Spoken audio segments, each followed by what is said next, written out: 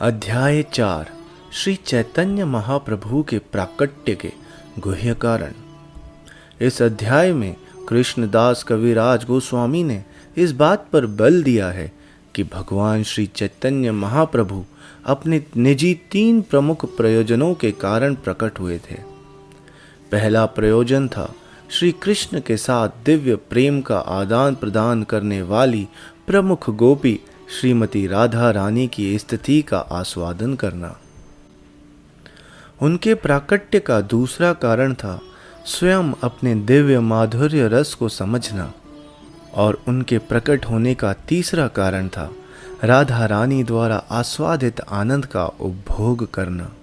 यह अध्याय काम वासना तथा प्रेम के अंतर को विशेष रूप से बताने वाला है। कृष्ण तथा राधा के प्रेम व्यापार का विनिमय भौतिक काम वासना से सर्वथा भिन्न है, अतएव लेखक ने उनमें स्पष्ट भेद किया है। तो आइए प्रारंभ करते हैं अध्याय 4। भगवान श्री चैतन्य महाप्रभु की कृपा से एक मूर्ख बालक भी शास्त्रों की दृष्टि के अनुसार व्रज लीलाओं के भोक्ता भगवान कृष्ण के वास्तविक स्वभाव का पूर्ण वर्णन कर सकता है। भगवान श्री चैतन्य महाप्रभु की जय हो, श्री नित्यानंद प्रभु की जय हो, श्री अद्वैत आचार्य की जय हो, श्री चैतन्य महाप्रभु के समस्त भक्तों की जय हो। मैंने चतुर्थ श्लोक के अर्थ का वर्णन किया है। अब हे भक्तों, कृपा करके 5वें श्लोक की व्याख्या सुनो। मूल श्लोक की व्याख्या करने के लिए मैं पहले इसका अर्थ बताऊंगा। मैंने चतुर्थ श्लोक का सार रूपी अर्थ दे दिया है।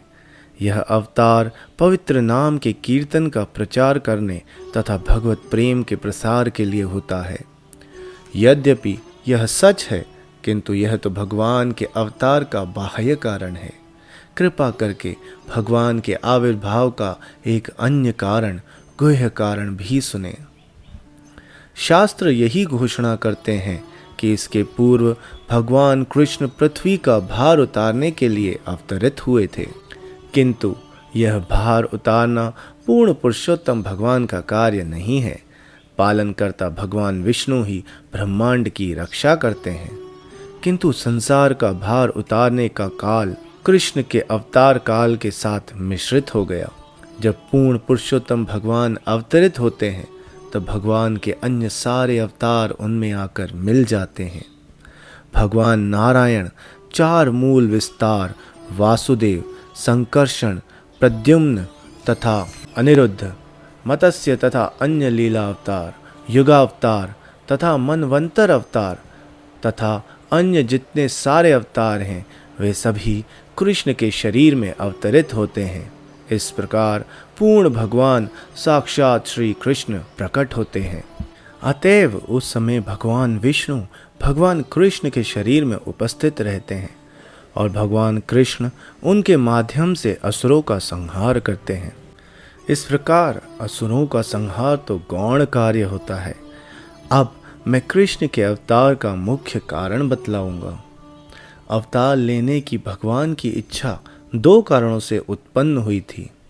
वे भगवत प्रेम रस के माधुर्य का आस्वादन करना चाह रहे थे, और वे संसार में भक्ति का प्रसार रागानुगा अनुरक्ति के स्तर पर करना चाहते थे। इस तरह वे प्रेम प्रफुल्लित एवं परम करुणामय नाम से विख्यात हैं। भगवान कृष्ण ने सोचा, सारा ब्रह्मांड मेरे ऐश्वर्य भाव से पूरित है, किंतु उस ऐश्वर्य के भाव से दुर्बल हुआ प्रेम मुझे संतुष्ट नहीं करता। यदि कोई मुझे परमेश्वर समझता है और अपने आप को मेरे अधीन मानता है, तो मैं ना तो उसके प्रेम के अधीन होता हूँ, ना ही उसका प्रेम मुझे वश में कर सकता है। मेरा भक्त जिस भी दिव्य रस में मेरी पूजा करता है, उसी भाव में मैं उसके साथ आदान प्रदान करता हूँ। यह मेरा सहज स्वभाव है। मेरे भक्तजन जिस किसी रूप में मेरी शरण में आते हैं, मैं उन्हें उसी के अनुसार पुरस्कृत करता हूँ। हे प्रतापुत्र, सारे लोग सभी प्रकार से मेरे पथ का अनुसरण करते हैं। यदि कोई मुझे अपना पुत्र, अपना मित्र या अपना प्रेमी मानकर और अपने आप को महान एवं मुझको अपने समान या अपने से निम्न मानकर मेरी शुद्ध प्रेमा भक्ति करता है तो मैं उसके अधीन हो जाता हूँ। जीवों द्वारा मेरे प्रति की गई भक्ति उनके सनातन जीवन को पुनर्जीवित करती है। हे व्रज बालाओं, मेरे प्रति तुम्हारा स्नेह तुम्हारा सौभाग्य है, क्योंकि इसी एकमात्र साधन से तुम लोगों ने मेरा अनुग्रह प्राप्त किया है। मेरी माता कभी कभी अपने पुत्र के रूप में मुझे बांध देती है। वह मुझे अत्यंत असहाय समझकर मेरा लालन पालन करती है। मेरे मित्र शुद्ध मैत्री के कारण मेरे कंधों पर यह कहते हुए चढ़ जाते हैं कि तुम किस तरह से बड़े व्यक्ति हो, तुम और हम समान हैं।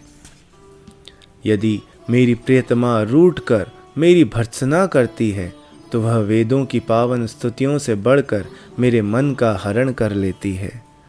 मैं इन शुद्ध भक्तों को अपने साथ लेकर अवतरित होऊंगा और अनेक प्रकार के ऐसी अद्भुत क्रीड़ाएं करूंगा जो वैकुंठ में भी अज्ञात हैं। मैं ऐसी ऐसी लीलाओं का प्रसार करूंगा जो स्वयं मुझे भी आश्चर्यचकित करने वाली होंगी। योग माया के प्रभाव से गोपियों में यह भाव प्रेरित होगा कि मैं उनका उपपति हूँ। इसे ना तो गोपियाँ जान सकेंगी न मैं, क्योंकि हमारे मन सदैव एक दूसरे के सौंदर्य तथा गुणों पर मोहित रहेंगे। शुद्ध अनुरक्ति हमें नैतिक तथा धार्मिक कर्तव्यों की कीमत पर भी मिलाएगी। भाग्य कभी हमें पास ला देगा तो कभी हमें विलग कर देगा। मैं इन सारे रसों के सार का आस्वादन करूंगा और इस तरह सारे भक्तों पर अनुग्रह करूंगा। तब ब्रजवासियों के शुद्ध प्रेम के विषय में सुनकर भगवद्गण समस्त धार्मिक अनुष्ठानों एवं सकाम कर्मों को त्याग कर रागानुगा प्रेम के मार्ग में मेरी पूजा करेंगे। कृष्ण अपने भक्तों पर अनुग्रह करने के लिए अपना सनातन नर रूप प्रकट करते हैं और अपनी लीलाएं करते हैं। ऐसी लीलाएं सुन लेने के बाद मनुष्य को उनकी सेवा में लग जाना चाहिए। यहाँ पर भवेत क्रिया अनिवार्यता के भाव में प्रयुक्त हुई है और यह हमें बतलाती है कि इसे अवश्य किया जाना चाहिए। इसकी अवहेलना का अर्थ होगा कर्तव्य का परित्याग।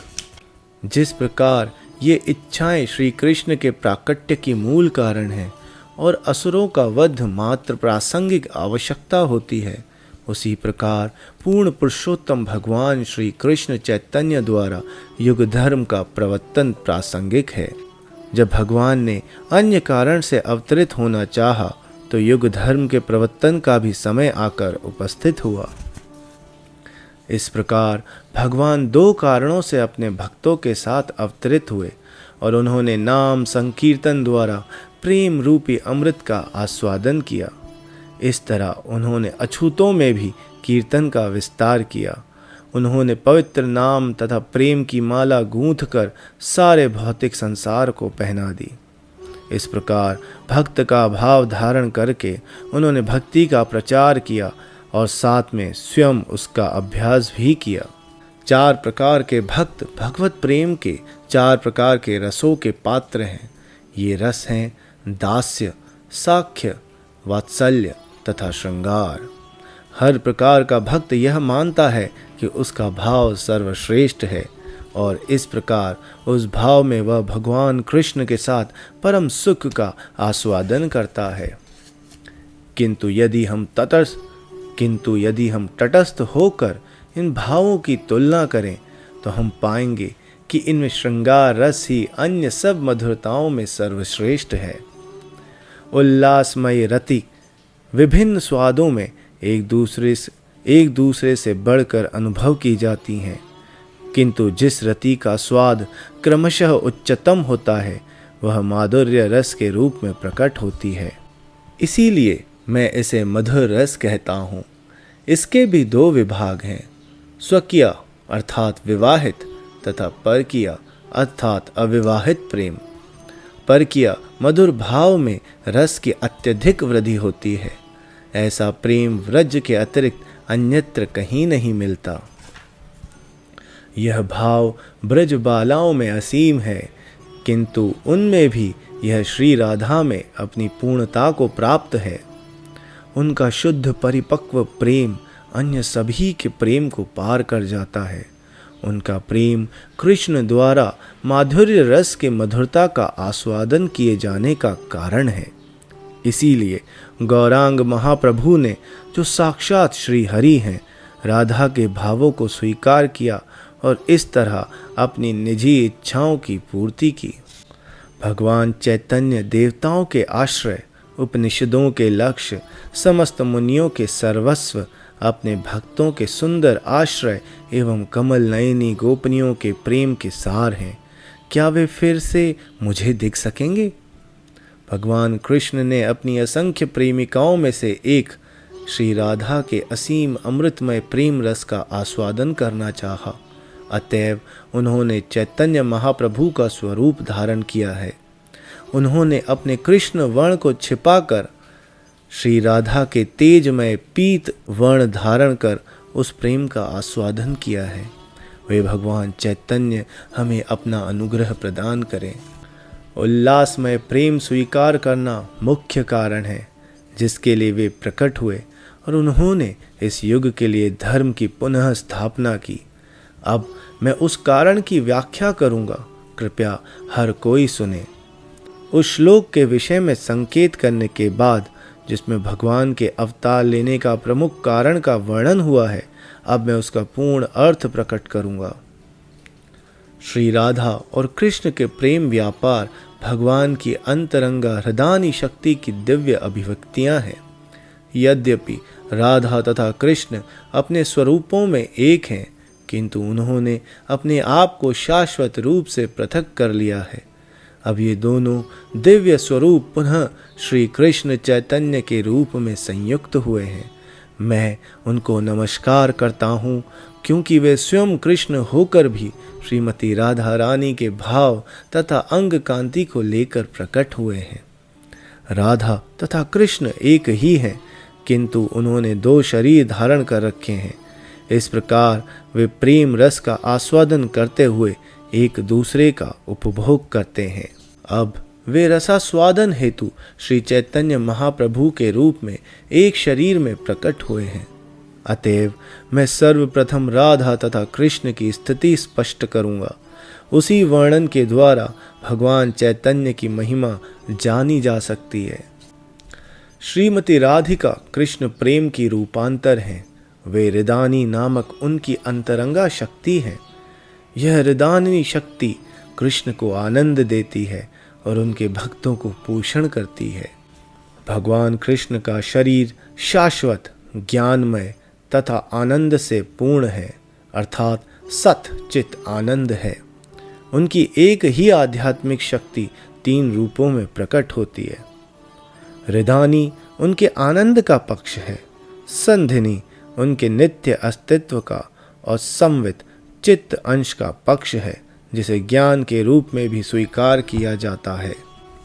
हे प्रभु, आप सबके आश्रय हैं।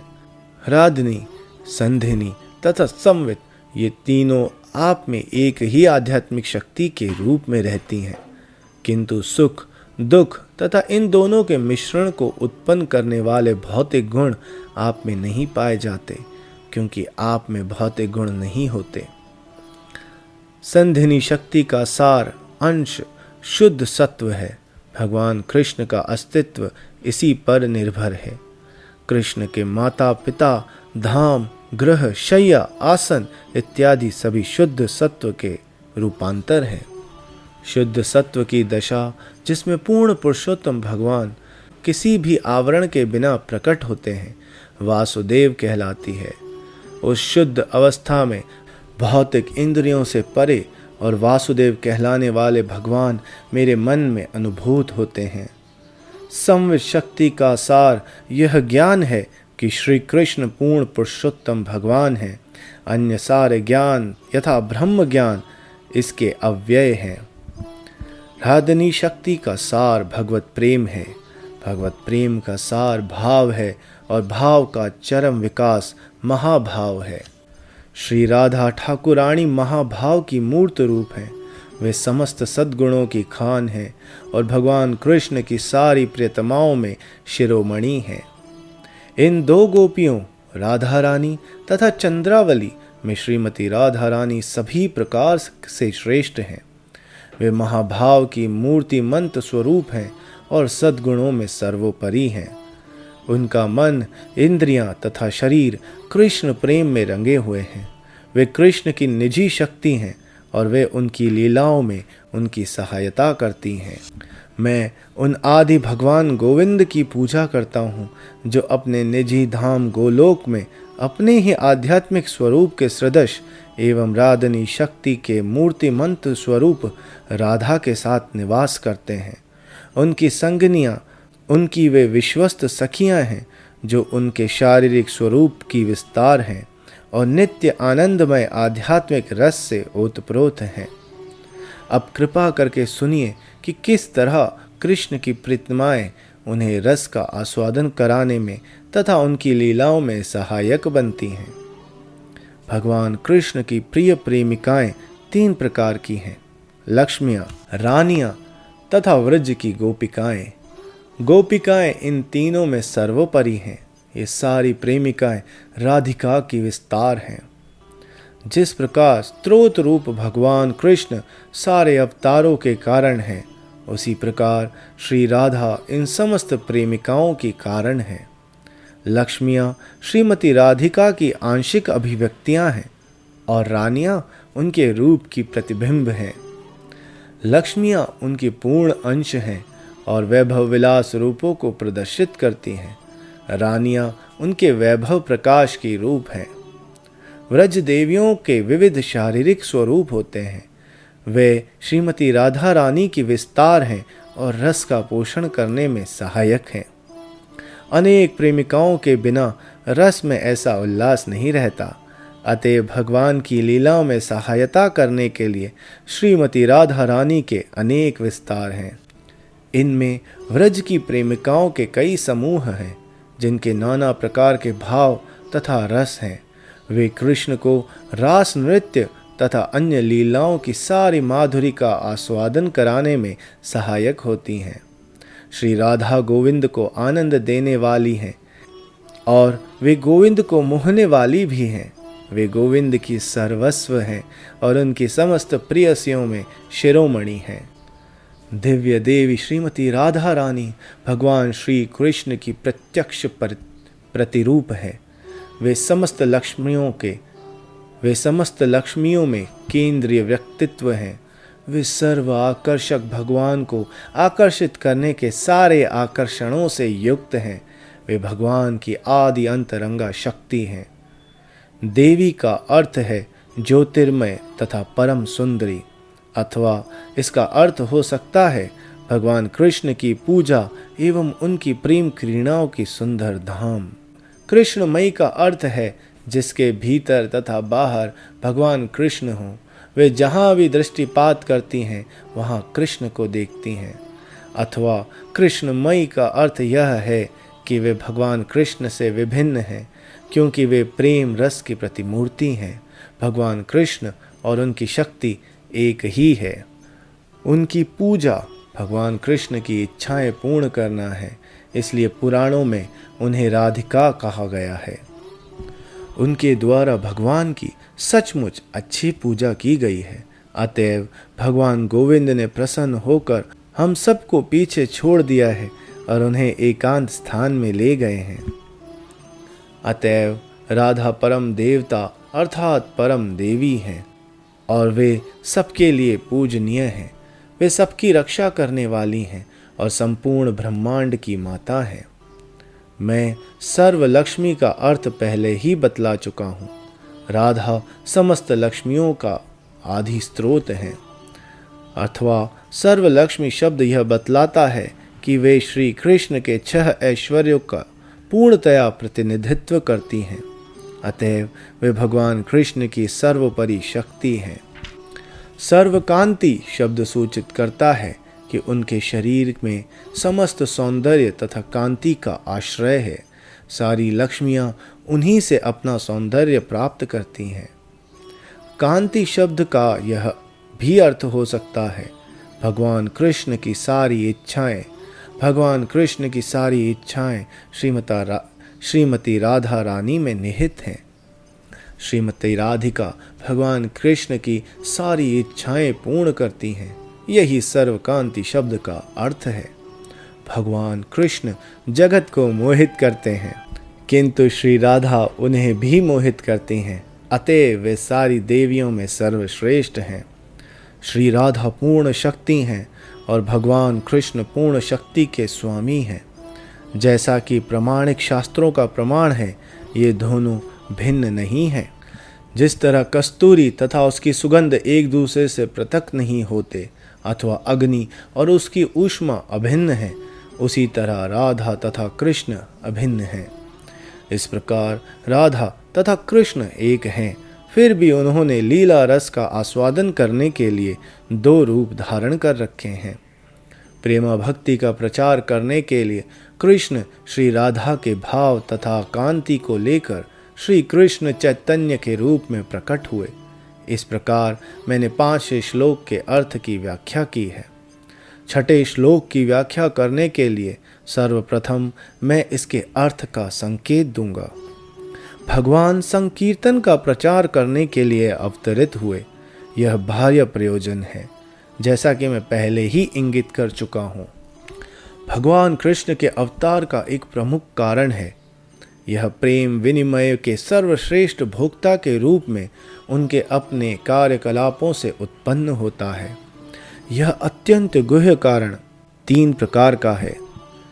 इसको स्वरूप दामोदर ने प्रकट किया है। स्वरूप गोसाई महाप्रभु के अत्यंत अंतरंग पार्षद हैं, अतएव वे इन सब प्रसंगों को भली भांति जानते हैं। चैतन्य महाप्रभु का हृदय श्रीमती राधिका के भावों की मूर्ति है। इस प्रकार उसमें हर्ष तथा पीड़ा की भावनाएं निरंतर उठती रहती हैं। अपनी लीलाओं के अंतिम भाग में श्री चैतन्य महाप्रभु भगवान कृष्ण के वियोग के उन्माद से अभिभूत थे। वे भ्रांतिपूर्ण कार्य कर बैठते थे और भ्रांत चित्त होकर प्रलाप करते थे। जिस प्रकार उद्धव को देखकर राधिका पागल सी हो गई थी, उसी तरह श्री चैतन्य महाप्रभु विरह के उन्माद से रात दिन अभिभूत रहते थे। रात में वे स्वरूप दामोदर के गले में अपनी बाहें डालकर शोक में प्रलाप करते थे। वे आवेश में आकर अपने हृदय की बात कह देते थे। जब उनके हृदय में कोई विशेष भाव उठता था, तब स्वरूप दामोदर उसी तरह का गीत गाकर या श्लोक सुनाकर उन्हें संतुष्ट करते थे। अब इन लीलाओं का विश्लेषण करना आवश्यक नहीं है, मैं इन सब को आगे चलकर विस्तार में बतलाऊंगा। पूर्व में भगवान कृष्ण ने व्रज में 3 अवस्थाओं कौमार, पौगंड तथा कैशोर का प्रदर्शन किया। इनमें से उनके शरीर अवस्था विशेष रूप से महत्वपूर्ण है। माता पिता के स्नेह ने उनकी कौमार अवस्था को सफल बनाया। उनकी पौगंड अवस्था अपने मित्रों के साथ सफल बनी। युवा अवस्था में उन्होंने श्रीमती राधिका तथा अन्य गोपियों के साथ रास्य नृत्य आदि लीलाओं में अपनी इच्छा पूर्ति करते हुए रस का आस्वादन किया। अपनी किशोर अवस्था में भगवान कृष्ण ने अपनी तीनों अवस्थाओं एवं सारे ब्रह्मांड का रास नृत्य जैसी माधुर्य प्रेम की लीलाओं से सफल बनाया। भगवान मधुसूदन ने शरदकालीन रातों में रत्न सदस्य गोपियों के मध्य लीलाओं में अपनी किशोर अवस्था का आनंद लिया। इस तरह उन्होंने जगत के समस्त दुर्भाग्य को दूर किया। जब भगवान कृष्ण ने श्रीमती राधा रानी से विगत रात में उनके साथ रति क्रीड़ा से संबंधित शब्द उनकी सखियों के समक्ष कहे, तो लज्जा से उनकी आंखें बंद हो गईं। उस समय उन्होंने उनके वक्ष स्थल पर खिलवाड़ करते हुए मत्स्य के चित्र खींचने में चातुर्य की पराकाष्ठा का प्रदर्शन किया। इस तरह भगवान हरि ने लता कुंज में राधा तथा उनकी सखियों के साथ लीलाएं करके अपनी किशोर अवस्था को सफल बनाया। हे पौर्णमासी, यदि भगवान श्री हरि श्रीमती राधा रानी सहित मथुरा में अवतरित न हुए होते, तो यह सारी सृष्टि और विशेषतया कामदेव विफल हो गए होते। यद्यपि समस्त रसों के आगार भगवान कृष्ण ने इस तरह से पहले ही प्रेम रस के सार का चवण किया था, तो भी वे 3 इच्छाओं को पूरी करने में असमर्थ थे। यद्यपि उन्होंने उनका आस्वादन करने का प्रयास किया था,